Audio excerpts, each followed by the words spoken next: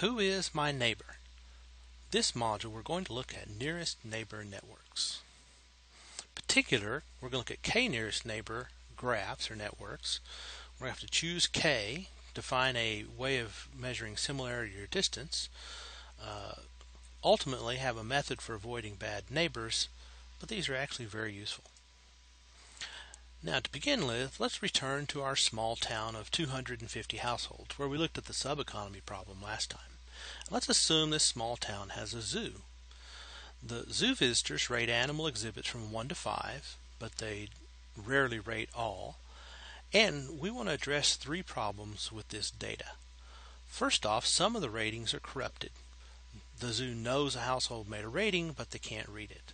Secondly, the zoo would like to recommend animal exhibits to households, things they haven't seen but that would most likely appeal to them. And thirdly, it'd be nice to cluster households into relevant groups. We'll look at all 3, but emphasize the first 2 here and the third one as we move along. The key is all 3 can be addressed with k-nearest neighbor graphs. So let's suppose we have numeric data. So that means that our features and observations all involve numbers. If we have such data, we can define a measure of similarity or a concept of distance between 2 observations. First, however, let's relabel. So we're going to use V1 to Vm for the observations, and each of the features is x1, x2 up to xn. We're also going to have notation. A bold x and a bold y refers to a collection of features. So a bold x is like an arbitrary observation, and a bold y is another variable observation. And this is vector notation. The x here is a list of variables, x1 up to xn, which correspond to the features. And in this list of variables, a list order matters, and x of j can be any of the possible values of the jth feature or factor. So again, this is some notation. Now, for a k-nearest neighbors graph, we want the observations as nodes or vertices, of v1 down to vm. And for a fixed k, we want to connect each vertex to the k vertices that are closest in either similarity or distance. So for k equals 2, maybe v1 is very similar to v2 and v3, and v2 and v3 are v2 is similar to v3 and vm, and so on and so forth, and we get a graph. The nearness of 2 observations is either distance, d of xy close to 0, or similarity, s of xy close to 1. Some problems use distance, some use similarity. And then we connect each household to the k households that are closest with respect to whatever nearness measure we have. However, remember, calculating nearness is a preprocessing step, so we need to proceed with caution. Distance versus similarity. Distance we tend to think of as the closer to 0, the closer observation is to observation x is to observation y. We can use this when we want to use Euclidean distance or absolute deviation. It's very important that in this case all the features have the same units. Similarity is a non-geometric comparison, which says the closer that s of x comma y is to 1, the more that observation x is similar to observation y. And we'll see this in correlations and cosine measures and that sort of thing. So here are some common distance measures. Our variable x, if you want to think of it as a variable, it's the possible ratings for the 177 different zoo animals. So x is x1 up to xn, which is 177, and y is y1 to yn. The Euclidean distance is the root of the sum of the squares. So d of x comma y is equal to the square root of quantity x1 minus y1 squared plus all the way up to the quantity xn minus yn squared. The Manhattan distance is the sum of the absolute differences. d of xy equals the absolute value of x1 minus y1 all the way up to adding up to the absolute value of the quantity xn minus yn. Now we often use sigma notation just to make things easier to write down. So for instance, the Manhattan distance, which is also known as an L1 distance, we can write as the summation j equals 1 to n of the absolute value of the quantity x sub j minus y sub j.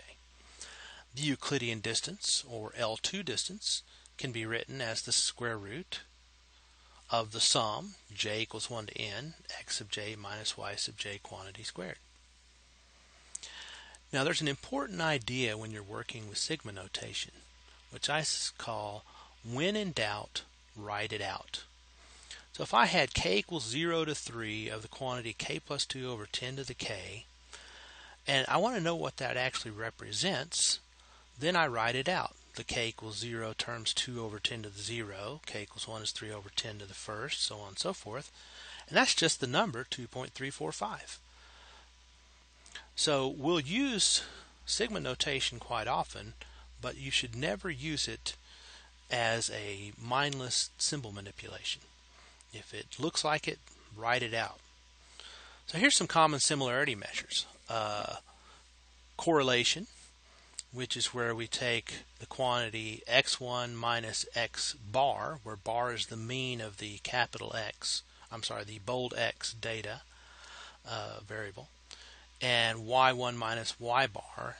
We take that product and we sum up all those products over the square root of j equals 1 to n summation x of j minus x bar quantity squared, the square root of j equals 1 to n quantity y sub j minus y bar squared. Of course, in summation notation, it's written more compactly. Cosine similarity is just correlation where x bar equals y bar equals 0. And again, we'll use k of xy to generically refer to either distance or similarity as a criterion for nearness. Now, a KNN graph is a directed graph. A directed graph has these properties. Each edge uv has a direction from vertex u to vertex v. Edges uv and vu, therefore, are not the same. The out degree of a vertex v is the number of edges that begin at v. The end degree is the number of edges that end at v. So in this example, for instance, we have an end degree v of 3 and an out degree of 1. A k nearest neighbors graph is a directed graph in which the out degree of each vertex is equal to k. And the k out neighbors are the k closest vertices, which is closeness is defined using our criteria function.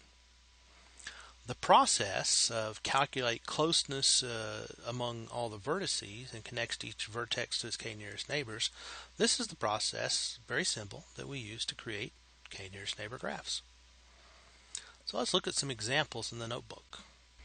So I'll give you some data, and this data will be 7 observations that are used to be the vertices of our k nearest neighbors graph. And we'll define a criteria function. This is just going to be the Euclidean distance. We can use it as just the norm function in PyLab. And we'll use that to create a 7 by 7 distance matrix showing relative distances. So there you see the norm and how it works. And now we create our distance matrix. It just gives you a set of distances. Notice zeros on the diagonal, and it's symmetric. So this isn't the best way to store these distances. So we're going to store them in a different way. So what we're going to do is we're going to create a list of triples, I, j, and the distance. And then we can sort that. Again, a rectangular matrix is not the best way of storing this information. Zeros on the diagonal, and we've got redundancies because it's symmetric. So we're going to instead create a list of the form triples, I, j, and distance. And then once we create that, you see, having created it, we can sort it. And having sorted it, we just work our way up the list, recording adjacencies as long as a vertex has not reached an out degree of k. So here you see the sorted data. the distances are increasing. So now we can, for k equals 3, we just keep adding edges until the out degree of each vertex is at least or no more than 3. And here you can see the result. So let's look at the small town zoo data. And the missing data is marked by NAN. So you can see there's a lot of ratings missing here. Now 0 means that they didn't rate, and it's not the same as saying that it's missing. Missing means they rated it, but we've lost it. 0 means that they didn't rate it at all, and you can't treat the two the same. So how do we approach missing data? This is called imputing missing data. This is again a pre-processing step. It may, in some instances, be better to just completely ignore NA completely.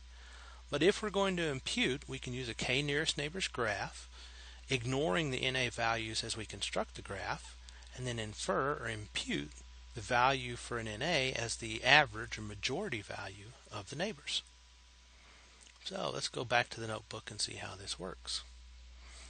So once again, we'll have data, and we're going to impute these missing values.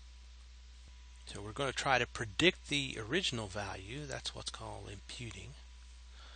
Remember, every big data problem is unique, so we're going to define our own custom norm which ignores missing data. So this is so we can construct the graph even if we have missing data. So for instance, data 1 here, the ordinary norm, the PyLab version of norm, returns not a number because the second entry is missing, whereas ours returns a norm by simply ignoring that missing entry.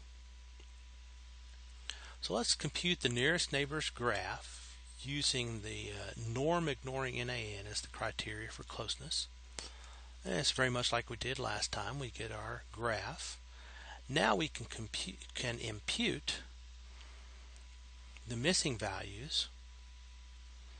And so 89560, that's the neighbors of the vertex we're looking at, number 1. And so we would take the data for those neighbors and take their average, and that second entry in the average of the neighbors would be used to replace the missing value in data 1. And so now you see we have completely imputed all the missing data. K nearest neighbors can be used in pre-processing, and we can infer or impute properties of a vertex from its neighbors. We can also smooth, filter, edit, reject vertices by applying algorithms to that neighborhood. But this is pre-processing, so we have to be careful. K nearest neighbors graph does not necessarily produce a connected graph, so don't make assumptions. And it's not necessarily the best approach.